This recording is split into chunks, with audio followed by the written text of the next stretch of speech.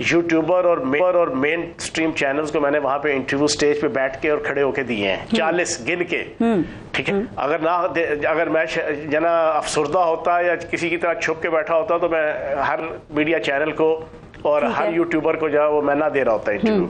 تو یہ فضول کی ڈرامے بازی ہے جنا مخالف پارٹی کی جنا کہ چیزوں کو اس طریقے سے جنا ہائپ کریٹ کرنے کی. ادروائز سارے کے سارے دوست وہاں پر اپنی مرضی, من تمنا, منشا, اپنی خواہش اور اپنی ول کے مطابق وہاں پر بیٹھے تھے. اور پولیٹیکل پارٹیز نئی بنتی ہیں, پاکستان کے اندر بھی بنتی ہیں, اور جب بھی کوئی نئی پولیٹیکل پارٹی بنتی ہے اس سے جن کو خطرہ ہوتا ہے مستقبل میں ان کی زیادہ چیخیں نکلتی ہیں, وہ زیادہ جو ہے نا اس کے اوپر اپریہنشن شو کرتے ہیں, وہ زیادہ اس کے اوپر تنقید کرتے ہیں. تو ابھی وقت کے ساتھ ساتھ آپ نے یہ جو 2-3 جیسچرز ابھی دکھائے نا کہ میں ایسے بیٹھا تھا, آپ سمیت باقی بھی جو لوگ تھے وہاں پہ ان کے بھی کچھ ایسی جیسچرز تھے, تو آپ یہ تو مانتے ہیں سمبولک جیسچر کی کوئی اہمیت تو ہوتی ہے. ایک بندہ لیکن سر یہ توقع نہ رکھے, سر میرا سوال سنیے گا, یہ توقع نہ رکھے نا فیاض الحسن چوہان صاحب کی ان آپٹکس پہ پھر آپ سے بات نہیں ہوگی. آپ کو پتہ ہے سوشل میڈیا کا دور ہے, بھی آپ نے خود بھی ذکر کیا, 2 منٹ میں بیانیہ بن جاتا ہے. آپ تو خود بیانیہ ایکسپرٹ ہیں. ایک پریس کانفرنس پہ آپ مخالفین کی بیانیہ کو اڑا کے رکھ دیتے تھے.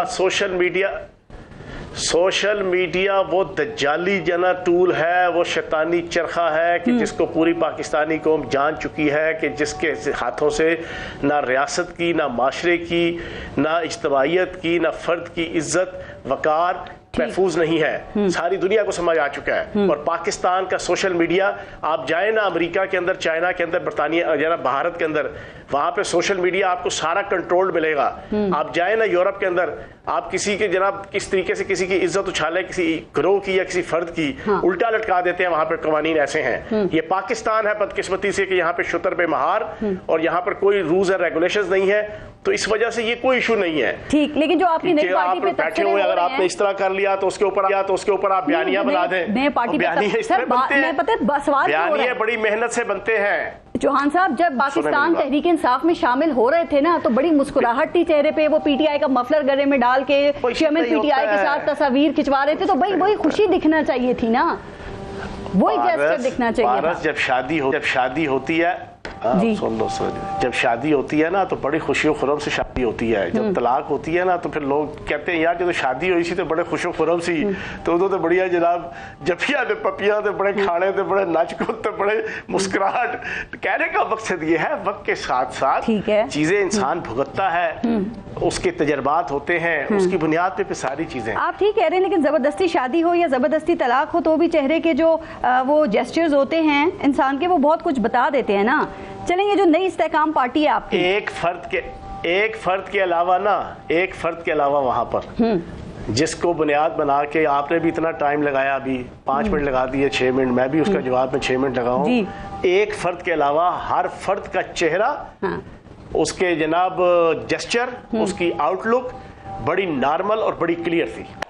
یہ جو آپ نے بھی ایک فرد کا بات کیا, میں نہیں سمجھتی ٹائم ضائع ہوا. میں یہ سمجھ رہی ہوں کہ جو ہم جیسچر دیکھ رہے تھے آپ نے اس کا جواب دیا, لیکن ایک فرد جس کی آپ بات کر رہے ہیں, یہ وہی فرد تو نہیں ہے جس نے اس پارٹی میں شمولیت اختیار کی ہے, جس کے حوالے سے آپ کے خیالات منفی اور آپ کہتے تھے اس کے دماغ میں کیڑا ہے اور وہ فواد چودھری ہے, تو وہ کیڑا نکل گیا ہے فیاض الحسن چوہان صاحب. نہیں یہ باتیں آپ ہی کی ہیں نا, آپ نے پازیٹیو باتیں کی ہوتی تو پازیٹیو طرف ہوتے. تو میں سوال کر رہی ہوں, وہ کیڑا نکل گیا ہے یا اس کیڑے کے ساتھ اس پارٹی میں آئے ہیں وہ؟ جواب دیتا ہوں نا. میں نے تو پریس کانفرنس کر کے 16 سال اس پارٹی جس پارٹی میں تھا اس کی لیڈرشپ کی مرضی, من, تمنا کی بنیاد پہ جو مخالف پارٹی کے قائدین کے ساتھ ہارش اور ترش الفاظ استعمال کیا کرتا تھا, میں نے اس کی بھی معافی مانگی ہے. کیونکہ وہ ان کی من تمنا ہوتی تھی, وہ اس کے اوپر اپریسیشن دیتے تھے. مریم نواز سے میں نے اس کے بعد طے کر لیا کہ اب سن تو لو نا پارس, ایک تو بیچ ایک جب سوال ضروری ہوتا ہے نا, ہم مطمئن تو ہوں آپ کے سوالوں سے. مریم نواز سے معافی مانگی. سوال ایک ہوتا ہے نا, ہر 5 سیکنڈ بعد سوال نہیں ہوتا نا پارس. چلیں آپ بولیں. سوال کے جواب کے بعد سوال نکلتا ہے نا, یا تو آپ سوال سارے ایک دفعہ کر لو. وہ آپ کی باتوں سے نکل رہے ہیں نا. میں نے مریم نواز, بھائی پوچھو گی جواب تو دوں گا نا, جواب کے لیے بلایا نا. میں چڑ نہیں رہا, میں کہہ رہا ہوں مجھے 1 منٹ بولنے دو ہر سوال کے بعد. بات کیجئے پلیز. آپ بھی ماشاءاللہ اینکر ہو, مجھے بھی 15 سال میڈیا پرسن کے طور پہ ہو گئے, وزیر اطلاعات 4.5 سال رہا ہوں, مجھے بھی ایتھکس سارے پتہ ہیں جنا کہ کیا ہوتے ہیں پروگرام کے, موڈیلٹیز کیا ہوتی ہیں, ایتھکس کیا ہوتی ہیں جنا پروگرام کی, ڈیکورم کیا ہوتا ہے. سوال پوچھ کے 1-1.5 منٹ بولنے دیا. آپ بات کریں, بالکل کریں. اچھا, اس میں مریم نواز, اس میں تمام شہباز شریف, نواز شریف, آصف زرداری, تمام کو, مولانا فضل الرحمان کو, ان سب کو کہ جو پارٹی کی لیڈرشپ کی مرضی, اس کی منشا کے مطابق جناب ہم جس طریقے سے ایک سخت الفاظ استعمال کرتے تھے, میں نے ایک چیز کہی کہ آج کے بعد فیاض چوہان اس طرح کا سٹائل نہیں رکھے گا, کیونکہ ہم نے بہت کچھ سیکھ لیا. ہم نے اس پورے 16 سال اسپیشلی آخری 1.25 سال کے اندر نہ کسی ریاست کے ساتھ ہمیں اپنی ٹکرانا ہے, نہ معاشرے کے اندر ٹکراؤ پیدا کرنا ہے, نہ دوسری پولیٹیکل پارٹی سے ٹکراؤ پیدا کرنا ہے, نہ نفرت کی سیاست کرنی ہے.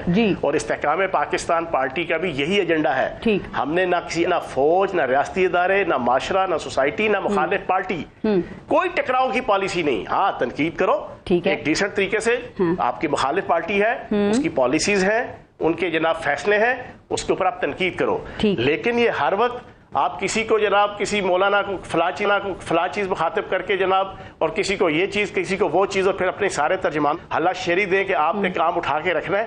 یہ چیزیں جہانگیر ترین صاحب کی قیادت پہ استحکام پاکستان پارٹی میں جناب وہ نہیں ہوں گی. ہم نے بہت کچھ اس چیز کو جان لیا اور سیکھ لیا. چلیں, اچھی بات ہے کہ واقعی انسان خود بھی سوچتا ہے, فیصلہ کرتا ہے کہ اس نے کیا الفاظ استعمال کرنے ہیں.